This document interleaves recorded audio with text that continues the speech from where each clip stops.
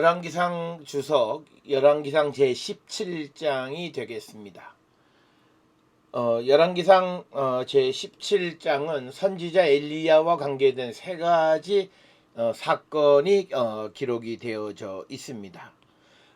특별히 1절부터 7절에서는 이스라엘의 가뭄을 선포하는 엘리야에 대해서 기록하고 있고, 또 8절부터 24절에서는 엘리야와 사르밧 과부의 사건인데, 이 안에도 8절부터 16절, 17절부터 24절 등 두 가지로 나누어 볼 수 있습니다. 먼저 8절에서 16절에서는 사르밧 과부로부터 음식을 공급받는 엘리야에 대해서 기록하고 있고, 17절부터 24절에서는 엘리야가 과부의 아들의 병을 고쳐주는 이야기로 구성이 되어 있습니다. 그래서 이 구약 성서에서는 고대 이스라엘의 어떤 기후적 특징을 이용한 경우가 많은데, 그 가운데에서 가뭄을 통해서 하나님의 임재와 능력을 보여주는 중요한 수단인데, 이 열왕기상 17장에도 그러한 내용으로 구성이 되어 있습니다. 17장의 첫 번째 사건은 이 엘리야와 가뭄에 관한 이야기가 되겠습니다. 열왕기상 17장 1절에서 7절까지 엘리야가 이스라엘의 왕 아합에게 장기간의 가뭄을 예언하고 요단 앞 그릿 시냇가로 도망하는 엘리야의 모습을 그리고 있는 것이 17장 1절부터 7절까지의 이야기가 되겠습니다. 1절에 길르앗에 우고하는 자 중 디셉 사람 엘리야가 아합에게 말하되, 내가 섬기는 이스라엘의 하나님 여호와께서 살아계심을 두고 맹세하노니 내 말이 없으면 수년 동안 비도 이슬도 있지 아니하리라 하니라, 이렇게 되어 있습니다.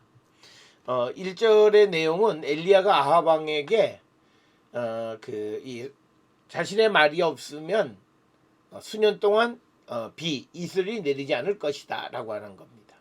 그래서 여기에서 우리가 보여주는 것은, 첫 번째는 하나님의 보냄을 받은 예언자의 권위를 나타내는 표현입니다. 그리고 또 여기에 기록되어 있는 내가 섬기는 이스라엘의 하나님 여호와라고 하는 표현입니다.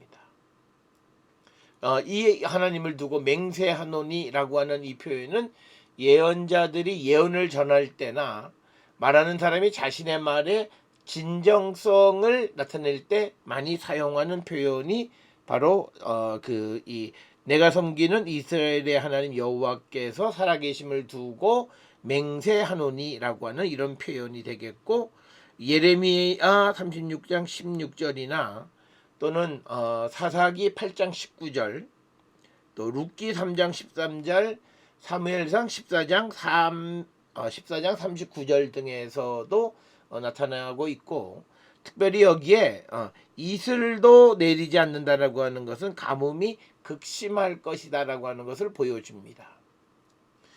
따라서 엘리야가 아합에게 가뭄을 선언한 것은 엘리야 자신의 의지가 아니라 여호와의 의지였다라고 하는 겁니다.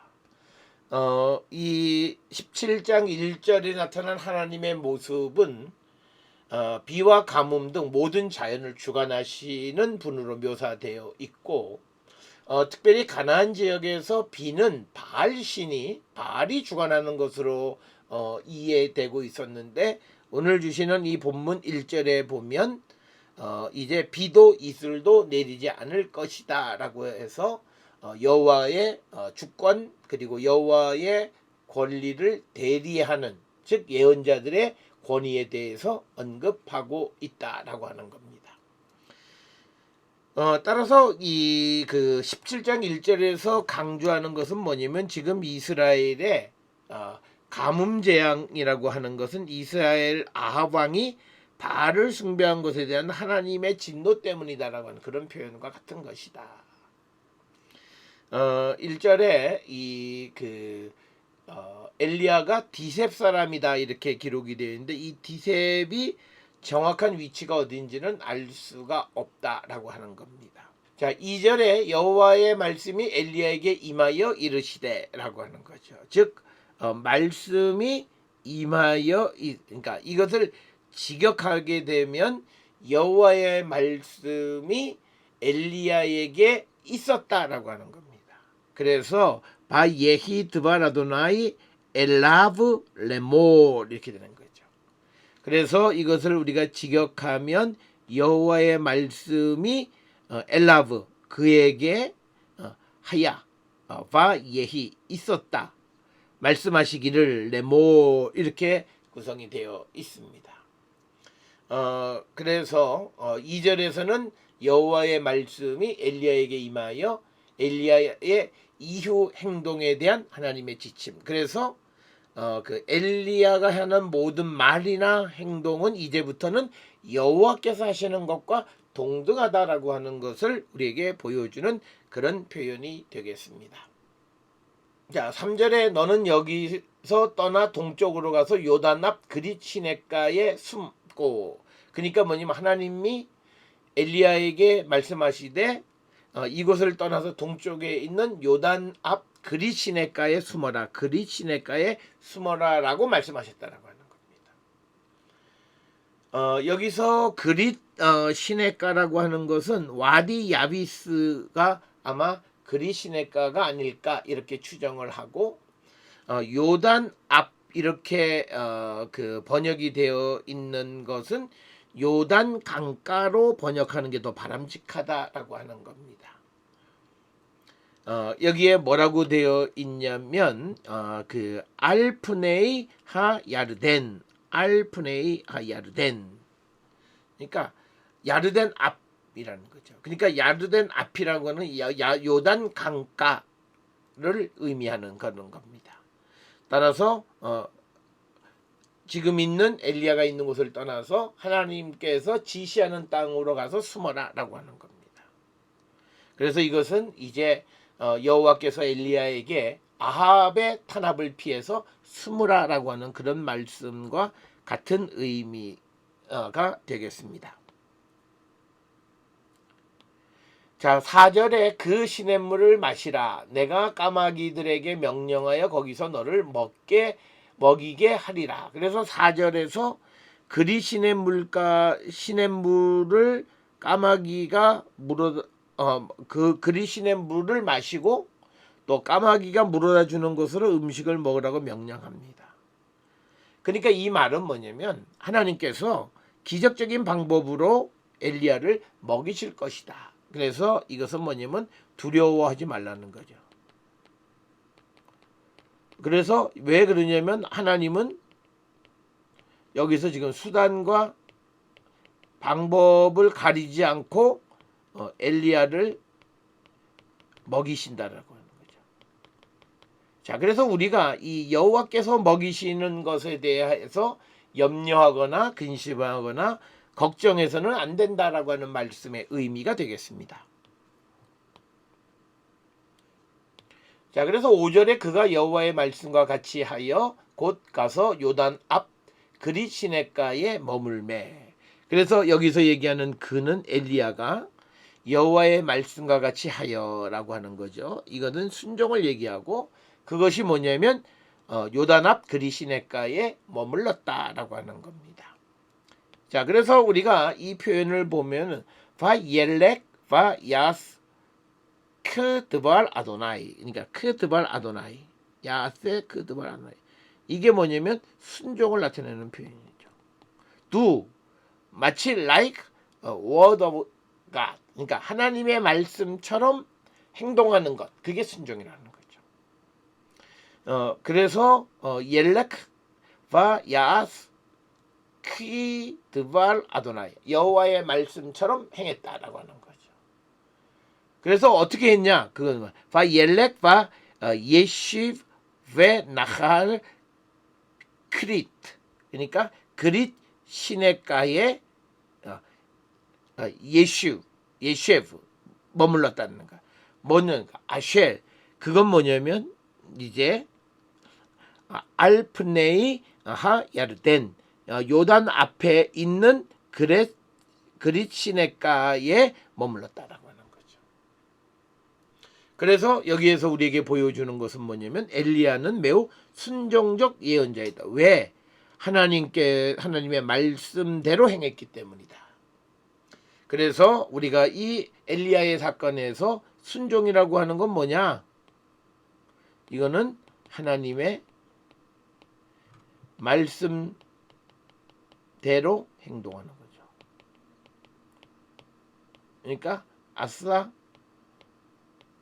아싸케 드발 아도나이. 그러니까 like 어떻게 to do 어떻게 행하느냐? 하나님의 말씀처럼 행하는 것. 이것이 순종이다라고 하는 것을 우리에게 보여주는 그런 말씀이 되겠습니다. 자, 그래서 이렇게 순종을 하니까 이제 6절에 나타나는 까마귀들이 아침에도 떡과 고기를 저녁에도 떡과 고기를 가져왔고 그가 시냇 물을 마셨으나 이렇게 된 거죠. 자, 그래서 뭐냐면 순종하는 자들에게 이제 까마귀들이 아침과 저녁에 떡과 고기를 가져다 주었고 그 다음에 그는 말씀대로 시냇 물을 마셨다라고 하는 겁니다. 5절 6절을 통해서 보게 되면 구약시대 때의 식사 문화에 대해서 우리에게 힌트를 주는데 하루 두 끼 먹었다라고 하는 거죠. 이런 식사 문화에 대한 것은 상번제를 아침과 저녁에 드리는 민수기 28장 4절에서도 우리가 짐작할 수 있다. 그리고 까마귀가 물어다 주는 고기를 먹었다는 것은 그 고대 이스라엘 사람들의 식사 문화에서 고기는 주로 명절에 먹게 되어 있어 일상 식사에서는 극히 적은 양의 고기를 먹었음을. 그러니까 까마귀가 물어다 주는 양은 굉장히 작은 것이었죠. 그것을 먹고 지냈다라고 하는 그런 말씀이 되겠습니다.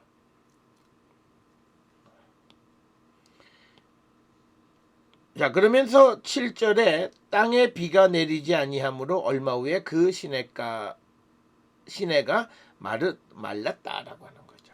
그러니까 7절에서는 가뭄이 지속되므로 그래 시내가 물도 말라서 마실 수 없게 되었다라고 하는 겁니다. 그래서 이 이야기는 엘리야가 사르밧으로 이동하는 원인이 되기도 한다. 그래서 이 7절은 1절부터 6절과 그리고 8절 이하의 사르밧 과부의 이야기에 소위 커넥션, 연결고리 역할을 한다라고 하는 겁니다. 자, 그래서 오늘 우리가 읽은 17장 1절에서 7절에서는 가뭄과 같은 극심한 상황에서도 하나님은 하나님의 사람을 도와 그들을 살게 하신다라고 하는 것. 그래서 하나님의 사람을 돕는다는 건 말씀대로 명령대로 순종하는 자들을 돕는다라고 하는 거죠. 그래서 이런 생각은 구약의 보편적인 사고 창세기 42장 이하에서도 발견되는 그런 사상이 되겠습니다. 자, 그래서 이제 그레시네도 말랐다라고 하는 거죠. 자, 이제 두 번째 사건은 엘리야와 사르밧 과부의 이야기입니다. 17장 8절부터 16절까지의 이야기가 되겠고 엘리야가 사르밧으로 이동하여 과부를 만나서 이적을 행하는 것을 기록하고 있고 특히 17장 1절부터 7절의 첫 번째 얘기에서와 같이 두 번째 얘기에서도 엘리야는 하나님의 말씀에 즉각적으로 순종하는 모습을 보여주고 있다라고 하는 겁니다.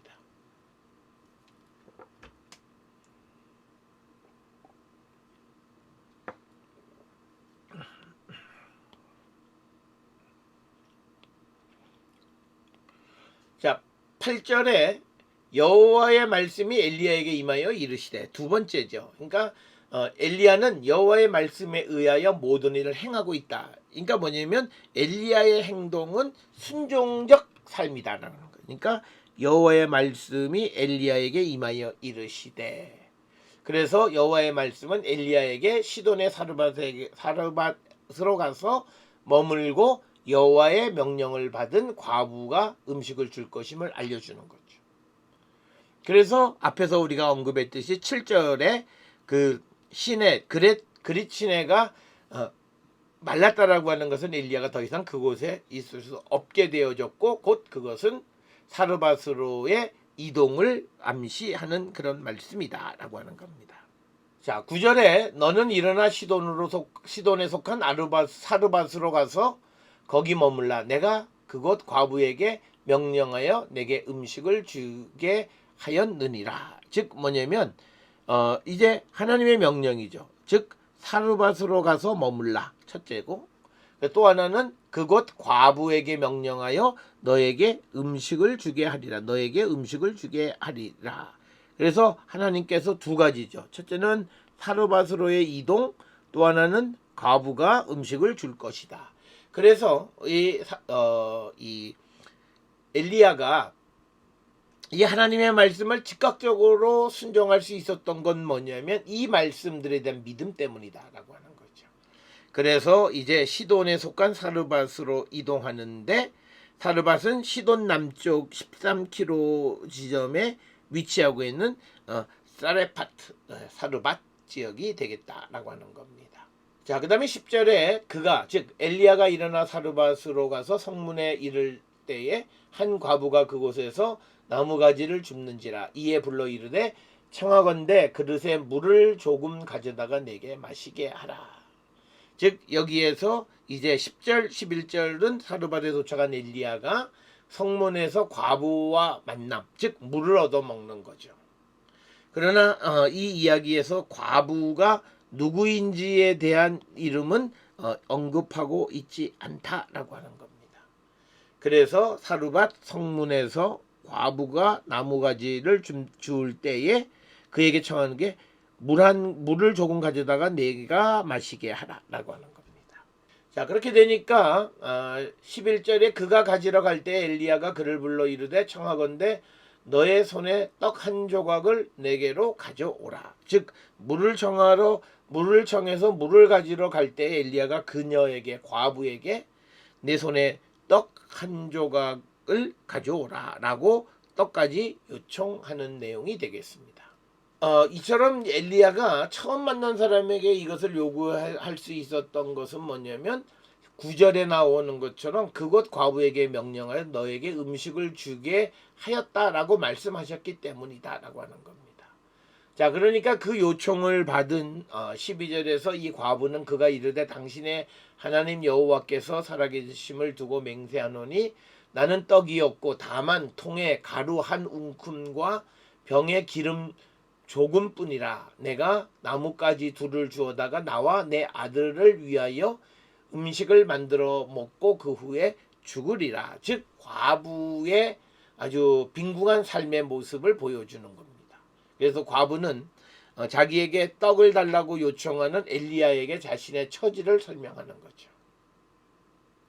그러면서 이 여인은 자기가 하는 말의 진실성을 나타내기 위해서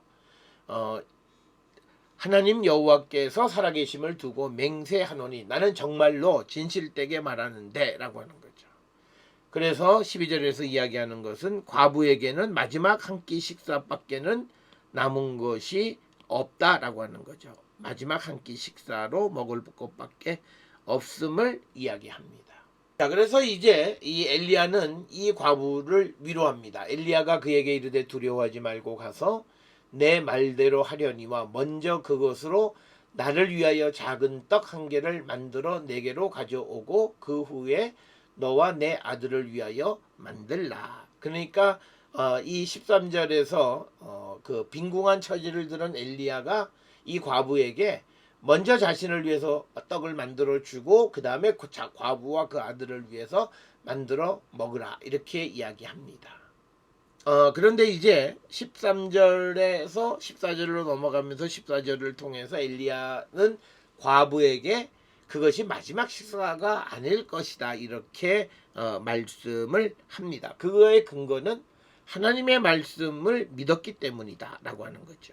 자, 그래서 14절에 이스라엘의 하나님 여호와의 말씀이 나 여호와가 비를 지면에 내리는 날까지 그 통에 가루가 떨어지지 아니하고 그 병에 기름이 없어지지 아니하리라 하셨느니라. 즉 여호와께서 비를 내리는 날까지 농사를 짓고 수확을 할 때까지 통에 밀가루와 병의 기름이 떨어지지 않을 것이다 라고 말씀하셨음을 전하는 거죠.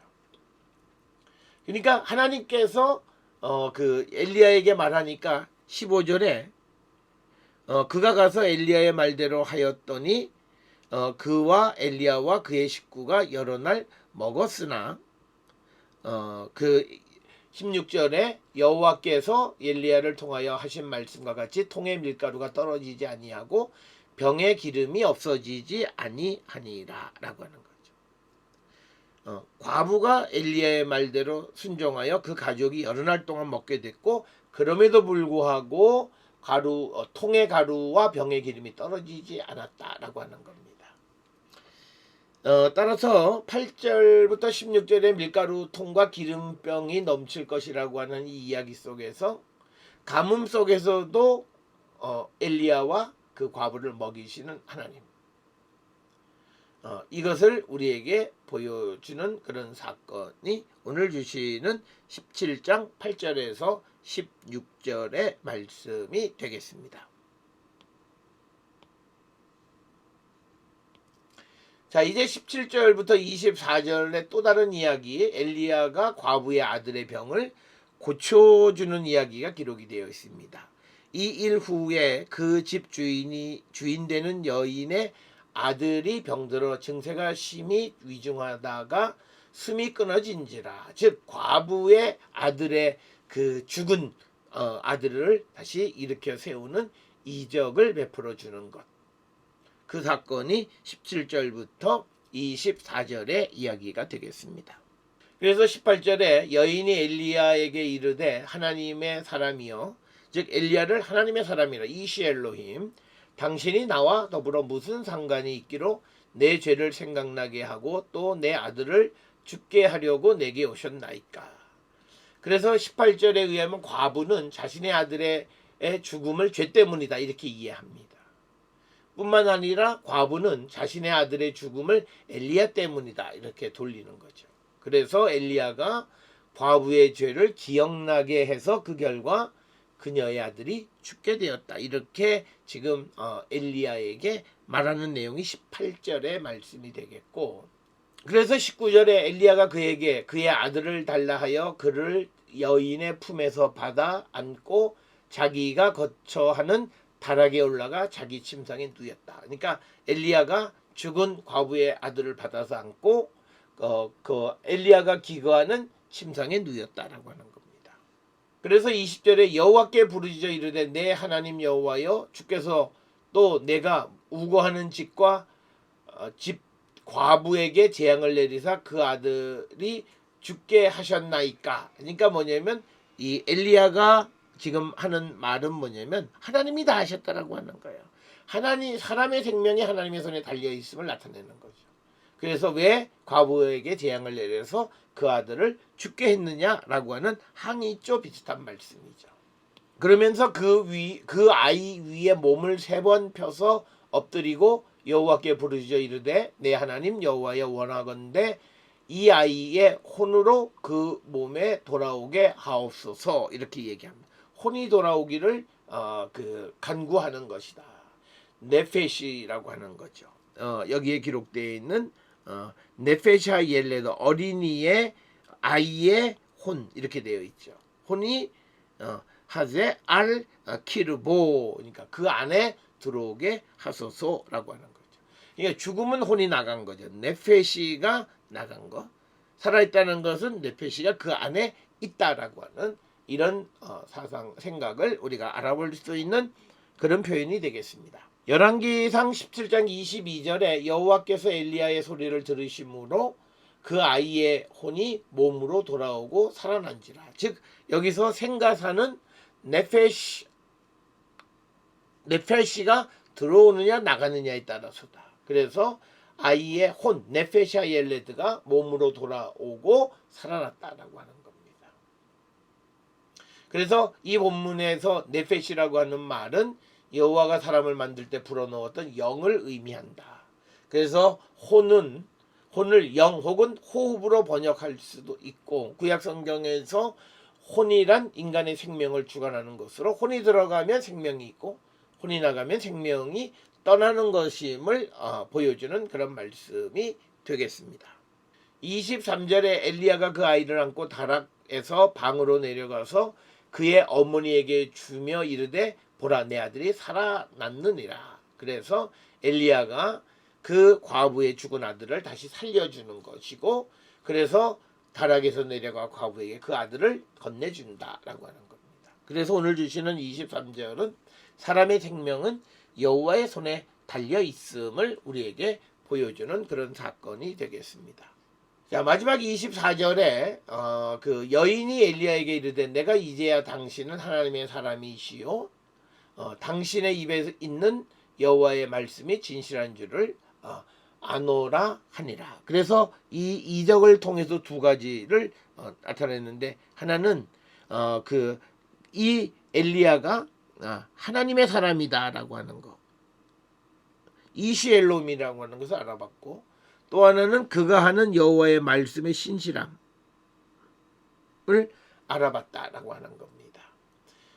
우리가 신명기 18장 22절에서 선지자가 있어 여호와의 이름으로 말한 일에 증언도 없고 성취함도 없으면 이는 여호와의 말씀이 아니라는 구절을 통해서 과부 역시 엘리야가 자신의 아들을 고치는 것, 그런 이적을 통해서 아마도 열왕기상 17장 8절에서 16절에서 엘리야가 과부에게 약속한 기름병과 밀가루통이 비지 않을 것이라는 것을 믿을 수 있게 되었다, 이렇게 설명을 하고 있습니다. 따라서 오늘 주시는 이 열왕기상 17장은 엘리야의 활동을 구체적으로 기록하고 있는 그런 말씀이 되겠고, 여기에서 하나님의 주권, 보냄을 받은 예언자의 권위, 이런 것들을 가르쳐주고, 우리가 하나님의 그 축복 속에서 어떤 어려움 속에서 살아갈 수 있으려면 여호와의 말씀대로